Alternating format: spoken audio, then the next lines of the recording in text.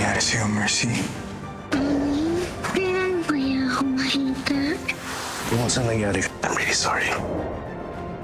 Pwedeng habang buhay ako hindi makakakita. Ang nawalang paningin.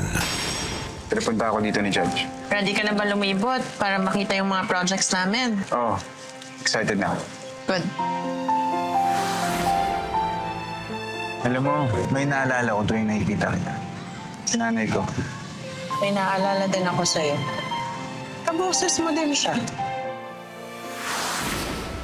Ikaw, akala mo parang hindi ko alam na pupunta ko na sa plaza para makipagkita doon sa tao na yun, ha?